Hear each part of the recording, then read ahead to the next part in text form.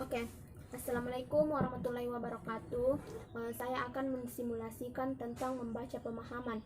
Adapun murid saya Asri. Oke, Assalamualaikum warahmatullahi wabarakatuh. Waalaikumsalam warahmatullahi wabarakatuh. Apa kabar hari ini? Baik, Bu. Oke, sehat? Sehat? Sudah siap untuk belajar? Sudah siap.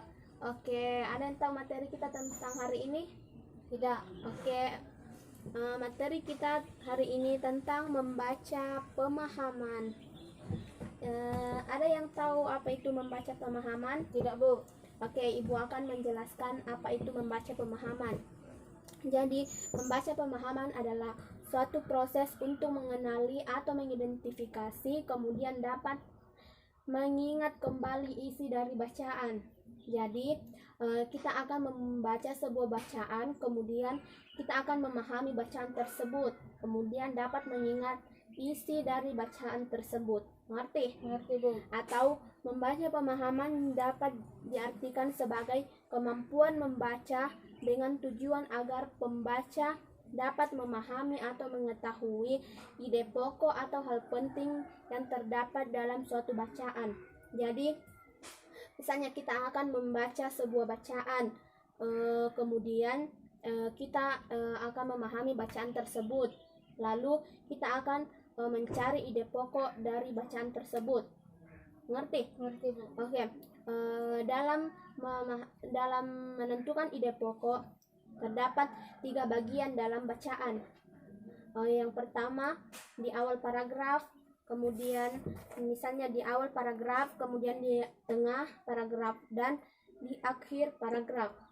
Mengerti? Mengerti. Oke, selanjutnya Ibu memiliki bacaan tentang menentukan manfaat daun kelor. Jadi, di sini Ibu memiliki bacaan tentang manfaat daun kelor. Nah, di sini Ibu akan membacakan satu paragraf pada bacaan manfaat daun kelor, kemudian menentukan ide pokok pada paragraf pertama. Selanjutnya, untuk paragraf kedua dan ketiga, Asri yang akan membaca dan menentukan ide pokoknya. Mengerti? Mengerti, Bu. Oke, yang pertama untuk paragraf pertama. Pohon kelor merupakan tumbuhan yang mudah dicari. Pohon ini memiliki daun yang dahsyat, khasiatnya untuk kesehatan kita. Daunnya dikenal sebagai daun kelor. Daun ini mempunyai ukuran yang kecil dan berbentuk bulat lonjong. Pada satu tangkai kelor, daun kelor tumbuh dan jumlah banyak dan punya susunan yang cukup rapi. Kemudian ide pokok pada paragraf tersebut pada paragraf pertama yaitu berada di awal paragraf, yaitu pohon kelor merupakan tumbuhan yang mudah dicari. Jadi ide pokoknya itu ada di awal Paragraf. Oke, dan untuk paragraf kedua dan ketiga, Asri akan membaca bacaan ini, kemudian memahami dan menentukan ide pokok dari paragraf 2 dan 3. Mengerti? Mengerti, Bu. Oke, silahkan dibaca. Paragraf kedua. Daun kelor sudah dimanfaatkan sejak lama oleh masyarakat. Daun kelor digunakan sebagai salah satu cara alami untuk pengobatan dengan cara dimasak sebagai sayur.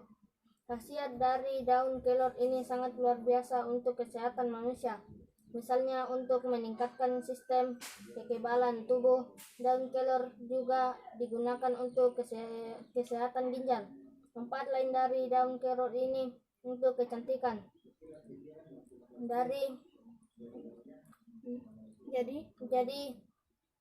Jadi ide pokok paragraf kedua ini berada di tengah paragraf, yaitu daun kelor digunakan sebagai salah satu cara alami untuk pengobatan dengan cara dimasak sebagai sayur.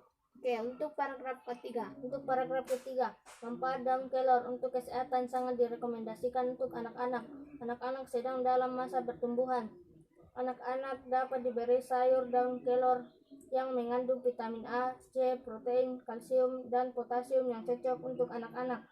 Jadi di mana letak ide pokok pada paragraf 3? Yaitu daun kelor yang mengandung vitamin A, C, protein, dan kalsium dan potasium yang cocok untuk anak-anak, yaitu berada di akhir paragraf. Oke, cocok. Jadi untuk paragraf kedua berada di tengah paragraf. Kemudian untuk paragraf ketiga berada di akhir paragraf.